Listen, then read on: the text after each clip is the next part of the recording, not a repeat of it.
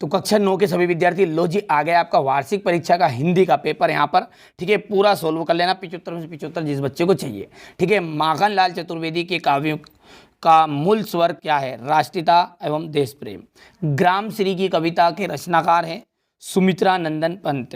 रसात्मकम वाक्यम काव्यम, यहाँ परिभाषा किसकी है? आचार्य विश्वनाथ की है।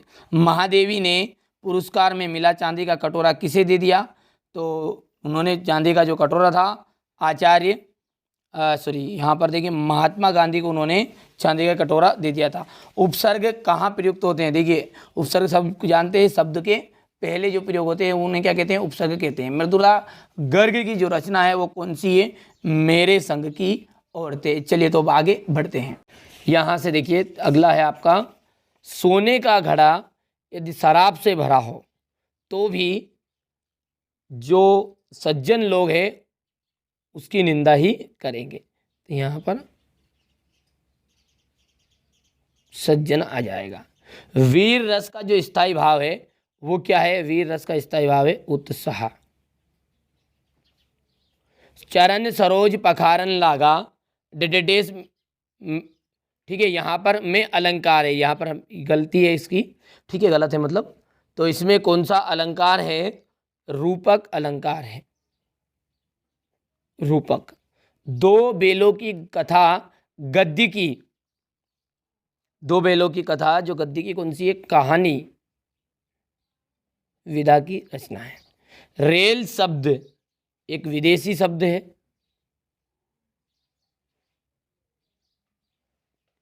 मेरे संग की औरतें, इसकी लेखिका कौन है? मृदुला गर्ग है।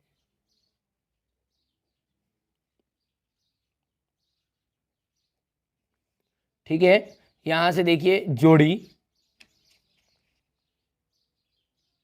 बीजक, बीजक का है कबीर।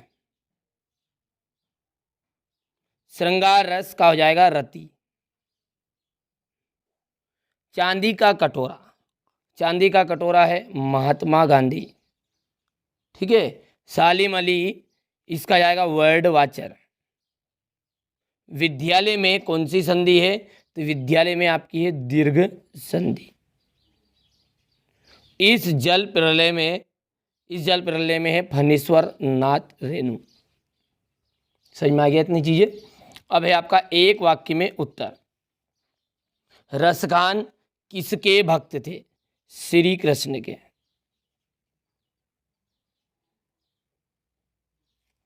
स्थायी भाव को जगाने वाले तथा उद्दीपित करने वाले रस को क्या कहते हैं? देखिए विभाव जो होता है ना, रस के 4 अंग होते हैं ना, तो विभाव, अनुभाव, स्थायी भाव और संचारी भाव।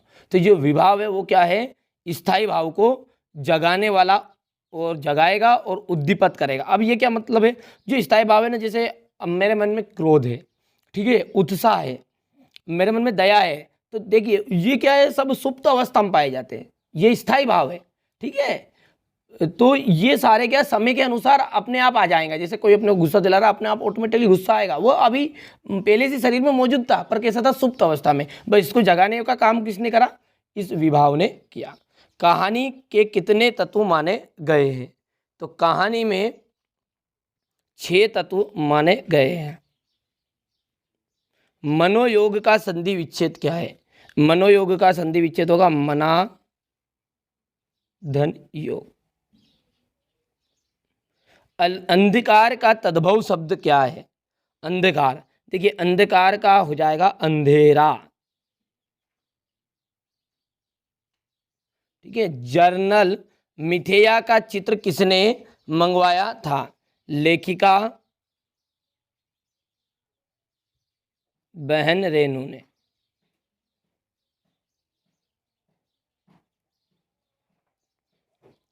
समझ में आ गया इतनी चीजें। चलिए अब है सत्य असत्य।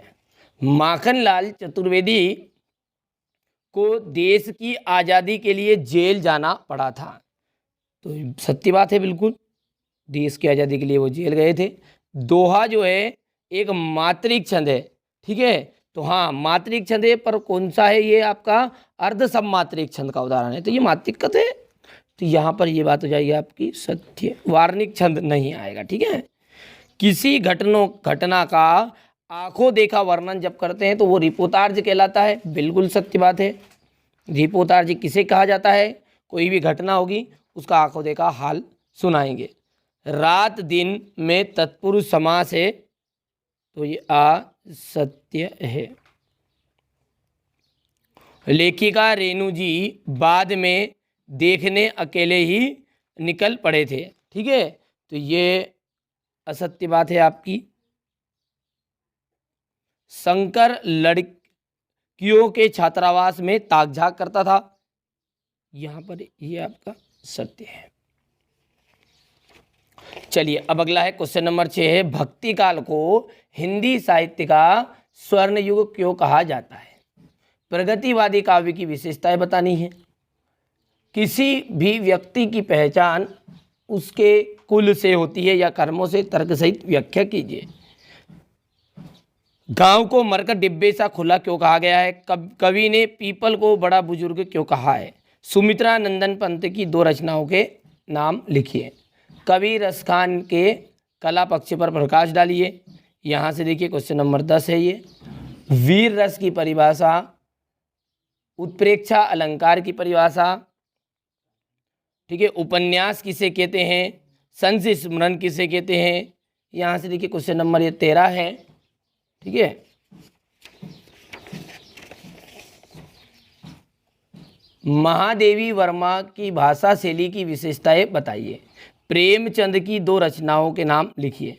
उपसर्ग और प्रत्यय में अंतर बताना है। ठीक है, यहाँ से देखिए क्वेश्चन नंबर ये 17 है, ये 18, ये 19, ये 20, 21, यहाँ से देखिए 22 और ये 23 है। ठीक है, चलिए यहाँ से देख लीजिएगा, ये आपका मैंने क्लास 9th का सेट सी समझा दिया है।